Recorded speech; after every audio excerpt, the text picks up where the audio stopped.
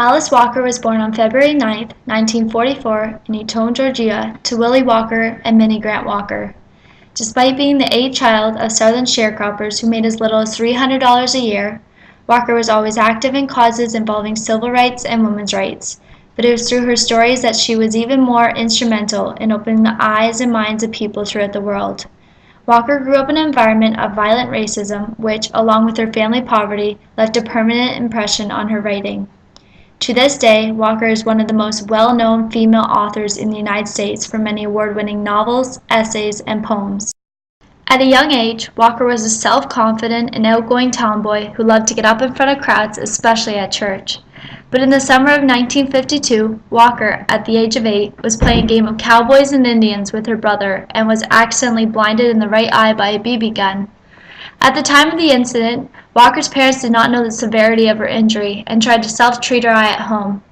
Walker's eye became infected in the following days, however, and soon a fever struck. She was taken to the hospital where she was informed that she would never regain eyesight in her right eye. The experience of this disfigurement profoundly influenced Walker's life, leading her into a self-imposed isolation that was open only to her thirst for reading and love for poetry.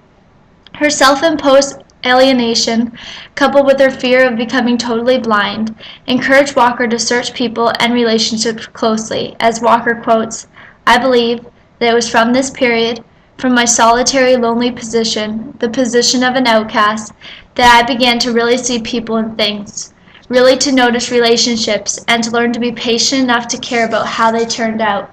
I retreated into a solitude and read stories and began to write poems." Walker used her blinded eye as a filter through which to look beyond the surface of people, which enabled Walker to grow as a person and become the writer she is today. Upon graduating from high school in 1961 as the school's valedictorian, Walker secured a scholarship to attend Spelman College in Atlanta, Georgia, where she got involved in the growing civil rights movement, a movement which called for equal rights among all races. In 1963, Walker received another scholarship and transferred to Sarah Lawrence College in New York, where she completed her studies and graduated with a bachelor's degree in 1965. While at Sarah Lawrence, she spent her junior year in Africa as an exchange student, which was the start of her vocal advocate for international women's rights, which she included in her novels like The Color Purple, as she saw the oppressive rituals of female circumcision in Africa. By her senior year, Walker was suffering from extreme depression as she became pregnant. Walker wrote many poems in the span of a week when she wrestled with suicide after deciding to have an abortion, and these poems were published as her first collection called Once. The very personal and despairing poems recount Walker's confusion, isolation, and thoughts of suicide, as they were initially intended to be a kind of therapy while she worked through her struggles. While recovering from her abortion, Walker wrote a short story aptly titled To Hell with Dying. First published in 1967, this story of an old man who is revived from death by an attentive love of two children was later published as a children's book in 1988 with illustrations by Catherine Detour. Along with personal experiences that influenced Walker's writing, while attending school, Walker became frustrated with the lack of literature on the culture and history of the Black experience. In all her literature courses throughout college, Walker was not taught a single work written by an African American until she decided to audit a class and learned of an African American woman writer, Zora Neale Hurston. Hurston was considered a leading contributor to the Harlem Renaissance movement in the 1920s, and had written an autobiography, 4 novels, and 2 books of folklore during her time. Walker continued to read all of Hurston's work, and it was Hurston's brave example to show African Americans as being complete and complex individuals undiminished by the negative stereotypes or characterizations depicted by society that inspired Walker to continue to work and speak her mind, in spite of what her critics would say about her. In addition for her deep admiration for Hurston, Walker's literary influences included Harlem Renaissance writer Jean Toomer, Black Chicago poet Gwendolyn Brooks, South African novelist Betsy Head, and white Georgia writer Flannery O'Connor. 2 years after receiving her bachelor's degree from Sarah Lawrence in 1965, Walker married Melvin Rosamond Leventhal, a white Jewish civil rights attorney, making them the first interracial couple in Jackson, Mississippi. They lived in Jackson, where Walker worked as the Black History consultant for a Head Start program. She also served as a writer-in-residence for Jackson State College and Tougaloo College. She completed her first novel, The Third Life of Grange Copeland, in 1969, the same year that her daughter, Rebecca Grant, was born. Although Walker gained some measure of success as a writer during her marriage to Leventhal, the pressure of racial prejudice prevented many readers from appreciating her creative genius. Her decisions to marry outside of the race brought with its criticism and complaints.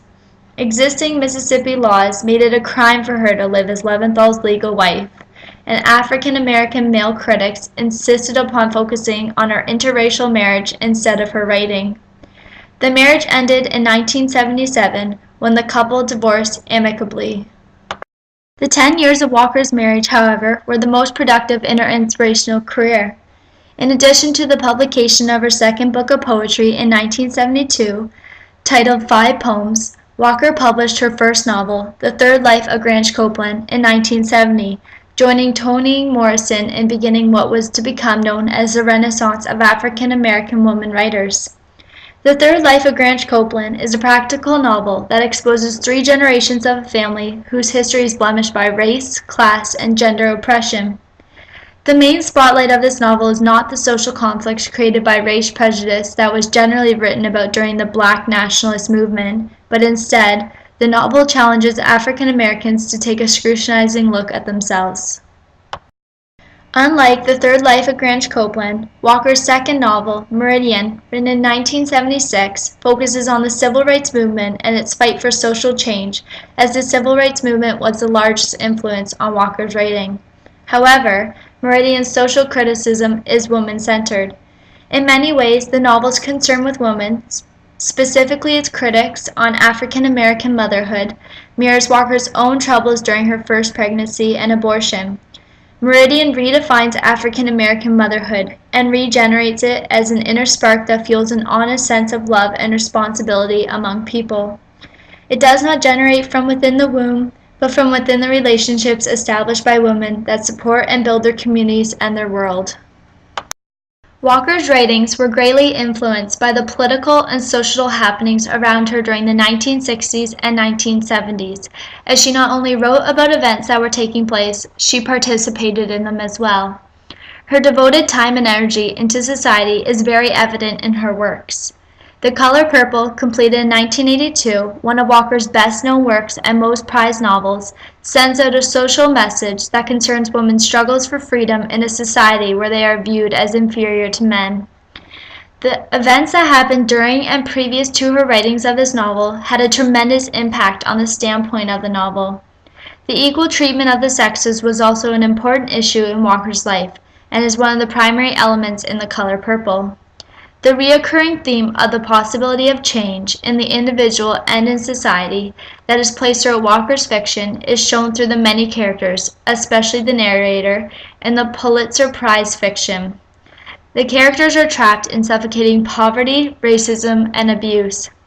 However, by the end of the novel, the same characters have achieved considerable personal freedom and fulfillment. With Walker's books, it is simple to identify new ways to view life and its countless problems.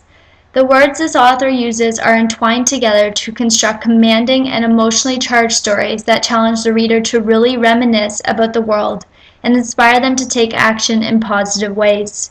Many connections can be made between Walker's own life and her characters, and her emotional intimacy with her creations breathes life into her work for each new reader.